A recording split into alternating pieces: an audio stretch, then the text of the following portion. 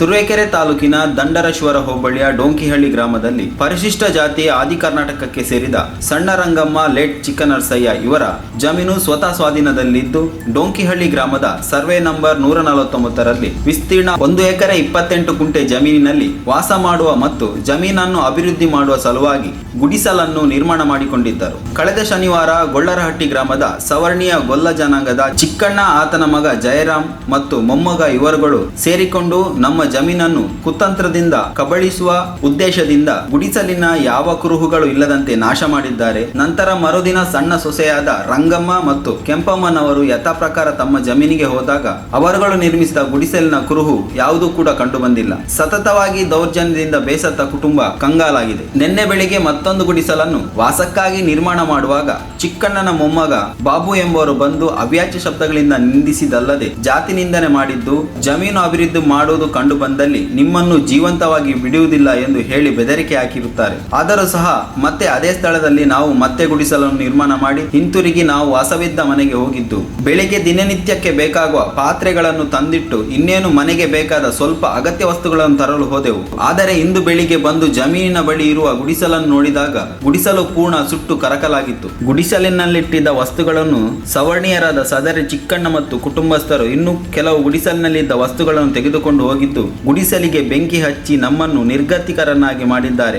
ಈ ವಿಚಾರಕ್ಕೆ ಸಂಬಂಧಿಸಿದಂತೆ ದಂಡಿನಶ್ವರ ಪೊಲೀಸ್ ಠಾಣೆಯಲ್ಲಿ 6 ಬಾರಿ ದೂರು ನೀಡಲಾಗಿದ್ದು, 1 ಬಾರಿ ಸದರಿ ಚಿಕ್ಕಣ್ಣ ಮತ್ತು ಕುಟುಂಬಸ್ಥರನ್ನು ಕರೆಸಿ ಆ ಜಾಗಕ್ಕೆ ಹೋಗದಂತೆ ಠಾಣಾಧಿಕಾರಿ ರಾಮಚಂದ್ರಪ್ಪನವರು ತಾಕೀತು ಮಾಡಿ ಹೇಳಿಕೆಯನ್ನು ಪಡೆದುಕೊಂಡಿದ್ದರು. ಆದರೂ ಕೂಡ ಸವರ್ಣೀಯರು ದೌರ್ಜನ್ಯದಿಂದ ನಿರಂತರವಾಗಿ ನಮ್ಮ ಜಮೀನಿನಲ್ಲಿ ಅಭಿವೃದ್ಧಿ ಕಾರ್ಯ ಮಾಡಲು ಅಡ್ಡಪಡಿಸುತ್ತಿದ್ದಾರೆ ಎಂದರು. ಈ ಸಂದರ್ಭದಲ್ಲಿ ಸ್ಥಳದಲ್ಲೇ ಇದ್ದ ಮಾಧ್ಯಮದವರೊಂದಿಗೆ ಮಾತನಾಡಿದ ಮಹಿಳೆಯರಾದ ಕೆಂಪಮ್ಮ ಮತ್ತು ಭಾಗ್ಯಮ್ಮ, ನಮಗೆ ಈ ಸಮಾಜದಲ್ಲಿ ಬದುಕಲು ಡಾಕ್ಟರ್ BR ಅಂಬೇಡ್ಕರ್ ಅವರು ಕೊಟ್ಟಿರುವ ಸಂವಿಧಾನದ ಅಡಿಯಲ್ಲಿ ದಲಿತರಿಗೆ ನ್ಯಾಯ ರಕ್ಷಣೆ ಇಲ್ಲವೇ ಎಂದು ಅಳಲನ್ನು ತೋಡಿಕೊಂಡರು. ಸ್ಥಳಕ್ಕೆ ಭೇಟಿ ನೀಡಲು ಬಂದಿದ್ದ DSS ಮುಖಂಡರಾದ ಜಗದೀಶ್ ಮಾಧ್ಯಮದವರೊಂದಿಗೆ ಮಾತಾಡಿ, ತಾಲೂಕಿನಲ್ಲಿ ಈ ರೀತಿ ಸವರ್ಣೀಯರು ದಲಿತರ ಮೇಲೆ ದೌರ್ಜನ್ಯವನ್ನು ಪದೇ ಪದೇ ಮಾಡುತ್ತಲೇ ಇದ್ದಾರೆ. ಇಂದು ಡೊಂಕಿಹಳ್ಳಿ ಗ್ರಾಮದಲ್ಲಿ ದಲಿತ ಕುಟುಂಬದ ಮೇಲೆ ದೌರ್ಜನ್ಯ ಮಾಡಿರುವುದು ಖಂಡನೀಯ. ಇವರುಗಳ ಮೇಲೆ ಸೂಕ್ತ ಕಾನೂನು ಕ್ರಮ ಜರುಗಿಸಬೇಕು ಹಾಗೂ ಗಡೀಪಾರು ಮಾಡಬೇಕು. ಇಲ್ಲವಾದಲ್ಲಿ ತಾಲೂಕು ಕಚೇರಿ ಮುಂದೆ ಉಗ್ರ ಪ್ರತಿಭಟನೆ ಮಾಡಲಾಗುವುದು ಎಂದು ಆಗ್ರಹಿಸಿದರು. ವರದಿ ಸುರೇಶ್ ಬಾಬು, ತುರುವೇಕೆರೆ. ಅದೇ ಇಲ್ಲಿ ಗುಡ್ಲಾಕಿ ತಾತ್ಕಾಲಿಕವಾಗಿ ಸದ್ಯಕ್ಕೆ ಮಾಡ್ಕೊಂಡು ಊಟ ಮಾಡೋಕ್ಕೆಲ್ಲ ಎಲ್ಲ ಐಟಮ್ನು ತಗೊಂಬಂದಿದ್ದು ಇಲ್ಲಿ ಇಟ್ಕೊಂಡಿದ್ದು. ಈಗ ನಾವು ಲೋನ್ ತಗೊಂಡು ಏನಾದರೂ ಒಂದು ಸ್ವಲ್ಪ ಮನೆ ಹಂಗೆ ಕಟ್ಕೊಳ್ಳೋಣ ಅಂಥವ್ರಿಗೂ ಇಲ್ಲಿ ಮಾಡ್ಕೊಂಡೆ ಉಂಡ್ಕೊಂಡು ತಿನ್ಕೊಂಡು ಇದ್ಕೊಂಡು ಹೆಂಗ ಸೊಸಿ ನೋಡ್ಕೊಳಕ್ಕೂ ಆಗುತ್ತೆ ಅಂತ ಹೇಳ್ಬಿಟ್ಟು ಮಾಡೋಕ್ಕೆ ಅಂತ ತಗೊಂಬಂದಿದ್ದು. ಅದು ಇವಾಗ ಏನು ಇಲ್ಲಿ ದಿನಸಿ ಸಾಮಾನು ಏನೂ ಇಲ್ಲ, ಗುಡ್ಲಿ ಮಾತ್ರ ಬೆಂಕಿ ಇಟ್ಟಿದ್ದಾರೆ ಅಷ್ಟೇ. ಅದನ್ನೆಲ್ಲ ತುಂಬ್ಕೊಂಡು ಹೋಗ್ಯವ್ರವರು.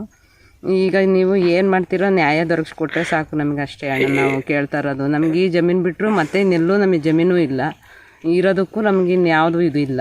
ಈಗ ನೀವು ಗುಡಿಸ್ಲೊಳಗೆ ಏನೇನು ಇಟ್ಕೊಂಡಿದ್ರಿ? ಅಕ್ಕಿ, ಸ್ವಲ್ಪ ರಾಗಿ, ಕಾಳು, ಒಟ್ಟಿಗೆ 2 ದಿವಸಕ್ಕೆ 3 ದಿವಸಕ್ಕೆ ಆಗೋಷ್ಟು ಐಟಮ್ ಎಲ್ಲ ಇಟ್ಕೊಂಡಿದ್ದು. ಆಮೇಲೆ ಪಾತ್ರೆನೂ ಸುಮಾರನಾಗೆ ಚಿಕ್ಕವು ಪಾತ್ರೆಗಳ್ನು ಇಟ್ಕೊಂಡಿದ್ವು. ಪಾತ್ರೆ ಇವೆಲ್ಲ ತಗೊಂಬಂದಿಟ್ಟು ಬೆಳಗ್ಗೆ ಬರೋಣ ಅಂತೇಳಿ ಸಂಜೆ ನಾವು ನಿನ್ನೆ ಸಂಜೆಲಿ 5:30ವರೆಗೂ ಇಲ್ಲೇ ಇದ್ದು. 5:30 ಮನೆಗೆ ಹೋಗಿದ್ದು. ಎಷ್ಟೊತ್ತಿಗೆ ಆಗಿರ್ಬೋದು ಇದು?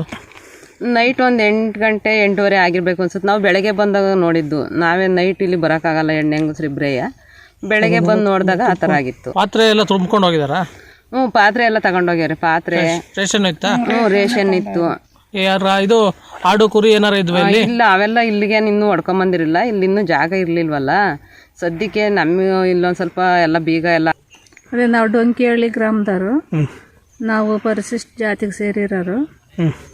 ಇದು ನಮ್ಮ ದರ್ಖಾಸಲ್ಲಿ ಸಿಕ್ಕಿರೋ ಜಮೀನು. ನಾವು 40 ವರ್ಷದಿಂದಲೂ ನಾವೇ ಉಳುಮೆ ಮಾಡ್ಕೊಂಡು ಬಂದು, ಮಧ್ಯದಲ್ಲಿ ಸ್ವಲ್ಪ ನಾವೆಲ್ಲ ಬೆಂಗಳೂರು ಕಡೆ ಹೋದೋ. ಹಂಗಾಗಿ ಈ ಪಕ್ಕದಲ್ಲಿದ್ದರು ಒತ್ಲಿಸ್ಕೊಂಡು ದೌರ್ಜನ್ಯ ಮಾಡ್ಕೊಂಡು ನಾವು ಮತ್ತೆ ಬಂದಾಗ ನಮ್ಮನ್ನು ಸೇರಿಸ್ತಾ ಇಲ್ಲ. ನಾವು ಮತ್ತೆ ಅದ್ಬಸ್ತಿಗೆಲ್ಲ ದುಡ್ಡು ಕಟ್ತೋ. ಗೌರ್ಮೆಂಟ್ ಸರ್ವೇರೇ ಬಂದು ಸರ್ವೆ ಮಾಡಿರು. ಸರ್ವೆ ಮಾಡಿ ಕಲ್ಲೆಲ್ಲ ಹಾಕೋದ್ರು. ಎಲ್ಲ ನಿಮ್ಮದೇ ಇದು ಜಮೀನಿಂತಲೂ ಹೇಳೋದ್ರು. ಮತ್ತು ನಾವು ಇಲ್ಲೇ ಇರೋಣ ಅಂತ ಬಂದು ಈಗ 1 ವಾರದಲ್ಲಿ ಬಂದು ಸೆಡ್ ಹಾಕ್ತೋ, ಗುಡ್ಲು ಹಾಕ್ತೋ. ಆ ಗುಡ್ಲನ್ನ 1 ವಾರ ಇತ್ತು. ಭಾನುವಾರ ಹಾಕಿದ್ದು ಗುಡ್ಲು ಶನಿವಾರದ ತಕ ಇತ್ತು. ಶನಿವಾರ ಮತ್ತು ನಾವು ಶನಿವಾರ ಬರಲಿಲ್ಲ. ಭಾನುವಾರ ಬೆಳಿಗ್ಗೆ ಬಂದು ಇಲ್ಲೆಲ್ಲ ಕ್ಲೀನ್ ಮಾಡಿಬಿಟ್ಟು ಇಲ್ಲೇ ವಾಸ ಇರೋಣ ಅಂತ ಬಂದು, ಅಷ್ಟರಲ್ಲಿ ಗುಡ್ಲನ್ನ ಏನು ಬಿಡ್ದಂಗೆ ಟ್ಯಾಕ್ಟ್ರಿ ತಗೊಂಬಂದು ಎಲ್ಲ ತುಂಬ್ಕೊಂಡೋಗಿದ್ರು. ಆಮೇಲೆ ಮತ್ತೆ ಇನ್ನೇನು ಅವ್ರ ಜೊತೆ ಜಗಳಕ್ಕೆ ಹೋಗೋದು, ಅವ್ರನ್ನ ಕೇಳೋದು ಅಂದ್ಬಿಟ್ಟು ಮತ್ತೆ ತೆಂಗಿನ ಸೊಸಿ ಕಟ್ಬಿಟ್ಟು ಇಲ್ಲೇ ಇರೋಣ ಅಂದ್ಬಿಟ್ಟು ಇವತ್ತು ಸಾಮಾನೆಲ್ಲ ತಗೊಂಬಂದು ಇಲ್ಲೇ ಅಡುಗೆ ಮಾಡ್ಕೊಂಡು ಊಟ ಮಾಡ್ಕೊಂಡು ಇಲ್ಲೇ ಸೊಸಿ ಕಟ್ಕೊಂಡು ಇಲ್ಲೇ ಇರೋಣ ಅಂತ ಈ ಅಮ್ಮ ನಾವು ನಮ್ಮ ಅಜ್ಜಿ ಎಲ್ಲ ಇರೋಣ ಅಂತ ಬಂದರೆ ಬೆಳಿಗ್ಗೆ ಬಂದು ನೋಡೋದ್ರಲ್ಲಿ ಎಲ್ಲ ರಾತ್ರಿ ಬೆಂಕಿ ಇಕ್ಕಿ ಸುಟ್ಟು ಹಾಕವ್ರೆ. ನಮ್ಗೆ ಇದು ಗುಡ್ಲನ್ನೇ ಹಿಂಗೆ ಮಾಡ್ಯವ್ರೆ ಅಂದರೆ ಈಗ ನಮ್ಮನ್ನು ಇಲ್ಲಿರೋಕೆ ಬಿಡ್ತಾರಾ? ನಮಗೆ ಜೀವ ಬೆದರಿಕೆ ಐತೆ. ಹಂಗಾಗಿ ನೀವು ಕ್ರಮ ತಗೊಂಡು ನಮಗೆ ರಕ್ಷಣೆ ಕೊಡಬೇಕು ಅಂತ ನಾವು ಕೇಳ್ಕೊಂತೀವಿ. ನಾವು ಎಣ್ಣೆ ಹೆಂಗಸರು ನಮ್ಮ ಮೈದಿಲ್ಲ, ಯಾರು ಗಂಡಸ್ರಿಲ್ಲ, ಮೈದಾ ಸತ್ತೋಗೈತೆ. ನಮ್ಮ ಮನೆಯವರು ಹೊಟ್ಟೆಪಾಡಿಗೆ ಬೆಂಗಳೂರಿಗೆ ಹೋಗ್ಯವ್ರೆ. ಅಜ್ಜಿ ಕಣ್ಕಾಣಲ್ಲ, ಕಿವಿ ಕೇಳಲ್ಲ. ಇಂಥ ಜಾಗದಲ್ಲಿ ಬಂದು ನಾವು ಹೆಂಗಿರೋದು ಹೇಳಿ? ಇವರು ದೌರ್ಜನ್ಯ ಮಾಡ್ಕೊಂಡು ಮೊದಲಿಂದಲೂ ಹೊಡೆದಾಡಿ ನಮ್ಮ ಮಚ್ಚು ಕೊಡ್ಲು ಕೊಡ್ಲಿ ತಗೊಂಡು ಓಡಿಸ್ಕೊಂಬರೋರು. ನಾವು ಅವಾಗ ನಮಗೆ ಸಪೋರ್ಟ್ ಇಲ್ಲ, ಬಲ ಇಲ್ಲ, ಎದ್ರಿಕೊಂಡು ಹೊಡೋಗಿವು. ಈಗ ಎಲ್ಲಾನು ಈ ಕಾಲದಲ್ಲೆಲ್ಲ ಯಾರು ಮಾಡಕ್ಕೆ ಬಿಡ್ಲಿಲ್ಲ. ಇವರು ಮಾಡಿರೋ ಹುಲ್ಲು ಮುಂತಾಗೂ ಟ್ಯಾಕ್ಟ್ರಿ ಆಚೆಗೆ ಹೋಗೋಕ್ಕೆ ಬಿಟ್ಟಿಲ್ಲ. ಟ್ಯಾಕ್ಟ್ರಿನೆಲ್ಲ ತಡಾಕವ್ರೆ, ತುಂಬ ಹಿಂಸೆ ಕೊಟ್ಟವ್ರು ಇವರು. ಆದ್ರೂ ಇವಾಗ ನಾವು ಕೋರ್ಟ್ಗೆಲ್ಲ ಹೋಗಿ ಆದ್ಮೇಲೂ ನಾವು ಬಿಡ್ತೀವಿ, ನೀವು ಎಲ್ಲ ಸರ್ವೆ ಎಲ್ಲ ಮಾಡಿಸಿ ಕಲ್ಲು ಹಾಕಿದ್ರೆ ನಾವು ಬರಲ್ಲ ಅಂತ ಹೇಳಿ ಗಂಡೀಶ್ವರನೇ. ಈ ಸಬ್ ಇನ್ಸ್ಪೆಕ್ಟರ್ ಯಾರಿದ್ದಾರೆ? ರಾಮಚಂದ್ರಯ್ಯ ಅಂತ ಇದೆ. ಅವ್ರು ಇದ್ದಾಗಲೇ ಕೊಟ್ಟಿದ್ರಾ ಇಲ್ಲ ಮೊದಲು ಅದಕ್ಕೂ ಮುಂಚೆನೇ ಕೊಟ್ಟಿದ್ರಾ? ಅವ್ರು ಇದ್ದಾಗಲೇ ಕೊಟ್ಟಿರೋದು. ಅವ್ರ ಸ್ಪಾಟ್ಗೂ ಬಂದು ನೋಡ್ಕೊಂಡು ಹೋಗವ್ರು. ಇಲ್ಲಿಗೆ ಬಂದು ಏನ್ ಹೇಳೋದ್ರು? ಅವ್ರನ್ನ ಕರೆಸ್ತೀವಿ ಹೇಳ್ತೀವಿ ಅಂತ ಹೇಳೋದ್ರು. ಕರ್ಸು ಇಲ್ಲ, ಹೇಳು ಇಲ್ಲ. ಸ್ಟೇಷನ್ ಕರ್ಸಿ ಹೇಳಿಕೆ ತಗೊಂಡಿಲ್ವಾ? ಏನು ತಗೊಂಡಿಲ್ಲ. ಒಂದು ಸಲ ಮಾತ್ರ ಫಸ್ಟ್ನೇ ಸಲ ಕರ್ಸಿದ್ರು ಅವ್ರನ್ನ, ನಮ್ಮನ್ನ. ಅಲ್ಲಿ ಅವನೇನ್ ಹೇಳ್ದ, ಗೌರ್ಮೆಂಟ್ ಸರ್ವೇರ್ನ ಕರ್ಸ್ಬಿಟ್ಟು ಅಳತೆ ಮಾಡಿಸ್ರಿ, ನಾವು ಮತ್ತೆ ಅದ್ರೊಳಗೆ ಕಾಲು ಇಕ್ಕಲ್ಲ ಅಂತ ಹೇಳಿ. ಅದೇ ನಾವೀಗ ದಲಿತರು, SC ಜನಾಂಗದವರು, ಅವರು ಸವರ್ಣೀಯರು ಬಂದು ಯಾವಾಗಲೂ ನಮ್ಗೆ ಈ ಥರ ತೊಂದರೆ ಕೊಡ್ತಾ ಇದ್ರೆ ನಾವು ದಲಿತರು ಇಲ್ಲಿ ಬದುಕಕ್ಕೆ ಅವಕಾಶನೇ ಇಲ್ವಾ? ನಾವು ಮತ್ತೆ ಹೆಂಗಿಲ್ಲಿ ಜೀವನ ಮಾಡೋದು? ಇವ್ರು ನಾವಿಲ್ಲಿ ಏನಾರ ಒಳಗಡೆ ಇದ್ದಾಗ ಬೆಂಕಿ ಇಕ್ಕಾಗ್ತಾನೆ ಇವರು ಯೋಚನೆ ಮಾಡ್ತಾರೆ. ಇವರಿಂದ ನಮಗೆ ತುಂಬ ತೊಂದರೆ ಆಯ್ತೈತೆ, ತುಂಬ ಶೋಷಣೆ ಇದು ಮಾಡ್ತಾವ್ರೆ. ನಮಗೆ ದಯವಿಟ್ಟು ನಮ್ಗಿಲ್ಲಿ ಬದುಕಕ್ಕೆ ಅವಕಾಶ ಮಾಡಿಕೊಡ್ರಿ ಅಷ್ಟೇ ನಾವು ಕೇಳ್ಕೊಳೋದು. ನಮಗೆ ಜೀವ ಬೆದರಿಕೆ ಐತೆ. ನಾಳೆ ದಿನ ಏನಾದರೂ ಇವರು ಹೆಚ್ಚು ಕಮ್ಮಿ ಆದರೆ ಇವರೇ ಜವಾಬ್ದಾರರು ನಮ್ಗೆ. ಇದ್ರ ಬಗ್ಗೆ ಮೊದಲೇನಾರ ನೀವು ಪೊಲೀಸಿಗೆ ದೂರು ಕೊಟ್ಟಿದ್ರಾ? ದೂರು ಕೊಟ್ಟಿದ್ವಿ, 4 ಸಲ ದೂರು ಕೊಟ್ಟಿದ್ದೀವಿ. ಆದರೂ ಅವ್ರೇನು ಅದ್ರ ಬಗ್ಗೆ ಕ್ರಮ ತಗೊಂಡಿಲ್ಲ. ಕಲ್ಲು ಹಾಕಿಸ್ತೋ ಎಲ್ಲ ತೀರ್ಮಾನ ಮಾಡಿರೋ ಅವರು. ಯಾವತ್ತಿದ್ರು ಇದು ಅವ್ರದೆಯ ದುರಸ್ತಾಗಿರೋ ಜಮೀನು, ಬಿಟ್ಕೊಟ್ಬಿಡಪ್ಪ ನೀನು ಅಂತಲೂ ಕೇಳ್ಕೊಂಡ್ರು. ನಮ್ಮದು 85ನೇ ಇಸ್ವಿಲಿ ದುರಸ್ತಾಗಿರೋದು. ಅವನು 95ನೇ ಇಸ್ವಿಲಿ ನನ್ನ ಮುಂಜೂರು ಆಗೈತೆ ಅಂತ ಮುಂಜೂರು ಕಾಪಿ ಇಟ್ಕೊಂಡು ಪಕ್ಕದಲ್ಲಿ 1 ಎಕರೆ ಜಮೀನು ಕದ್ರಮ್ಮ ಅಂತ, ಅವ್ರ ಹೆಸರಲ್ಲೂ ಇಲ್ಲ, ಕದ್ರಮ್ಮ ಅಂತ ಅವ್ರ ಅತ್ತೆಯರ ಹೆಸರಲ್ಲಿರೋದು. ಅದನ್ನು ಅವ್ನ ಪಕ್ಕದಲ್ಲಿ ಸೇರ್ಕೊಂಡು ಇದನ್ನು ದೌರ್ಜನ್ಯ ಮಾಡ್ಕೊಂಡು ಒತ್ತಲಿಸ್ಕೊಂಡು ಮಣ್ಣೆಲ್ಲ ತುಂಬಿಸ್ಕೊಂಡಾರೆ. ನಾವು ಬೆಂಗಳೂರಲ್ಲಿದ್ದು ಆವಾಗ ಕೊರೋನಾ ಟೈಮ್ ಬಂತಲ್ಲ, ಆವಾಗ ಲಾಕ್ಡೌನ್ ಮಾಡಿರಲ್ಲ, ಆವಾಗ ತುಂಬಿಸವ್ರೆ. ಬಂದು ಇವಾಗಾದರೂ ಇವಾಗ ನಾವು ಏನಾದರೂ ಒಂದು ಇಲ್ಲಿ ಉದ್ಯೋಗ ಮಾಡ್ಕೊಂಡಿರೋಣ ಅಂದರೆ ಇವಾಗ ಅದಕ್ಕೂ ಬಿಡ್ತಾ ಇಲ್ಲ. ನಾವು ಹೆಂಗಿಲ್ಲಿರೋದು? ಹೆಣ್ಣು ಹೆಂಗಸರು, ಗಂಡಸರಿಲ್ಲ. ಸರ್ವೆ ಇಲಾಖೆ ಕರೆಕ್ಟಾಗಿ ಗುರುತಿಸಿದಾರ? ಕರೆಕ್ಟಾಗಿ ಗುರುತಿಸಿದ್ರು. ತಹಶೀಲ್ದಾರ್ಗೆ ದೂರ ಏನಾರ ಹೋಗೈತಾ? ತಹಶೀಲ್ದಾರಿಗೂ ಹೇಳಿದೀವಿ. ಅವರು ಬರ್ತೀವಿ, ನೀವು ಹೋಗ್ರಿ, ನಿಮ್ದು ಅಂತ ದುರಸ್ತ ಆದ್ಮೇಲೆ ನೀವು ಯಾಕೆ ಎದುರ್ತೀರಾ, ಹೋಗಿ ಉಳ್ಮೆ ಮಾಡ್ರಿ ಅಂತ ಹೇಳಿರು. ದುರಸ್ತ ಆಗಿದೆ, ನೀವೇ ಪೊಸಿಷನ್ ಅಲ್ಲಿ ಇರಿ ಅಂತ ಹೇಳಿದ್ರು. ಹೋಗಿ ಪೊಸಿಷನ್ಗೆ ಅಂತ ಹೇಳಿರು. ಇವನು ಗುಡ್ಲಾಕಿರ ಈ ಥರ ಮಾಡೋಗವ್ರೆ. ನಾವು ಹೆಂಗಿರೋದು? ಬದುಕುವಂಥ ಒಂದು ಹಕ್ಕು ಅವ್ರಿಗಿಲ್ವಾ? ಈ ಒಂದು ವಿಚಾರವಾಗಿ ನಾನು ಮಾನ್ಯ ಘನ ಸರ್ಕಾರನ, ಪೊಲೀಸ್ ಇಲಾಖೆಯನ್ನು ಒತ್ತಾಯ ಮಾಡ್ತಾ ಇದ್ದೀನಿ, ಆಗ್ರಹ ಪಡಿಸ್ತಾ ಇದ್ದೀನಿ. ಈ ತಕ್ಷಣವೇ ಇವರಿಗೆ ನ್ಯಾಯ ದೊರಕಿಸ್ಕೊಡ್ಬೇಕು. ಈ ಕೃತ್ಯ ಮಾಡಿರ್ತಕ್ಕಂಥ ಆ ಚಿಕ್ಕಣ್ಣ, ಜಯರಾಮು ಮತ್ತು ಅವ್ರನ್ನೆಲ್ಲ ಬಂಧಿಸಬೇಕು, ಗಡೀಪಾರು ಮಾಡಬೇಕು, ಅವ್ರ ಮೇಲೆ FIR ಮಾಡಬೇಕು, ಇವ್ರಿಗೆ ನ್ಯಾಯ ದೊರಕಿಸ್ಕೊಡ್ಬೇಕು. ಜೊತೆಗೆ ಇಲ್ಲಿ ಇವರಿಗೆ ರಕ್ಷಣೆ ಕೊಡಬೇಕು. ಈ ದಲಿತರು ಇಲ್ಲಿ ಈ ಒಂದು ಕಾಡಿದ್ದಂಗಿದೆ, ಇಲ್ಲಿ ಮನೆ ಇಲ್ಲ, ಏನೂ ಇಲ್ಲ. ಅಕ್ಕಪಕ್ಕದಲ್ಲಿ ಇವರು ಕೊಲೆ ಮಾಡಿದ್ರು ಕೂಡ ಕೇಳೋವಂಥ ಸ್ಥಿತಿಲಿ ಇವರಿಲ್ಲ. ಲೆಕ್ಕ ಹಾಕೊಳ್ಳಿ. ಏಕೆಂದರೆ ಆ ದೌರ್ಜನ್ಯ ಯಾವ ರೀತಿ ಮೀರ್ತಾ ಇದೆ ಅಂದರೆ, ಇರೋ ಮಣ್ಣು ತೆಗೆದಿದ್ದಾರೆ, ಇವ್ರನ್ನೆಲ್ಲ ಒಕ್ಕಲೆಬ್ಬಿಸಿದ್ದಾರೆ.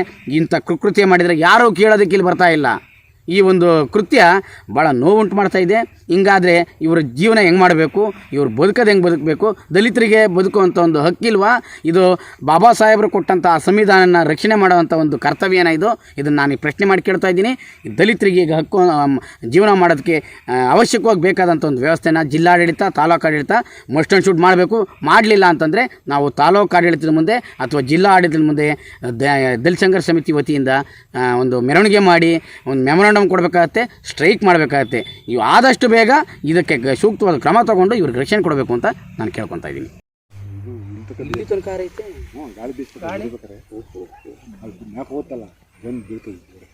ಆಮೇಲೆ ಅವರು ಅದೇನೋ ಆ ಎಣ್ಣೆನೂ ಹಾಕಿ ಬೆಂಕಿ ಕೊರೆ ಕಾಣಕ್ಕೆ ಅಲ್ಲಿ ಐತೆ ಒಂದು ಪ್ಯಾಕೆಟ್. ಅಲ್ಲ, ಅಲ್ಲೂ ಒಂದು ಪ್ಯಾಕೆಟ್ ಐತೆ. ಅಲ್ಲ, ನಾನು ಕೇಳೋದೇನೋ ಸೀಮೆ ತಗೊಂಡು ಸೇಲ್ವಲ್ಲ, ಎಣ್ಣೆನೇ ಯಾಕೆ ಬೆಂಕಿ ಕವ್ರೇನೋ ಅದು ಬೆಂಕಿ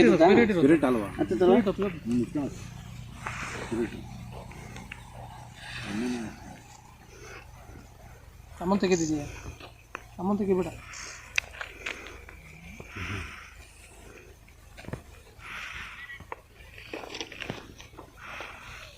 ನಾನು ಹಿಂಗೆ ಬರೋ ಸೀದಾ ಇವ್ರು ಬೇರೆ ಇತ್ತಲ್ಲ ಬೈಕು ಅಲ್ಲಿ ನಮ್ಮ ಬೈಕ್ ಅರ್ಧಕ್ಕೆ ಹೋಗ್ಬಿಟ್ಟಿತ್ತು. ಒಂದು ಹಿಂಸೆ ಕೊಟ್ಟಿಲ್ಲ ಕಣಪ್ಪ ಇವನು. ಗೊತ್ತಾಗುತ್ತಲ್ವಾ ಇದು ಏನ್ರ ಲಕ್ಷಿರೋದು ಅಂತ. ಮೊಚ್ಚು ಕೊಡ್ಲಿನೇ ತಗೊಂಬಂದು ಬಿಡೋರು ಮೊದಲು.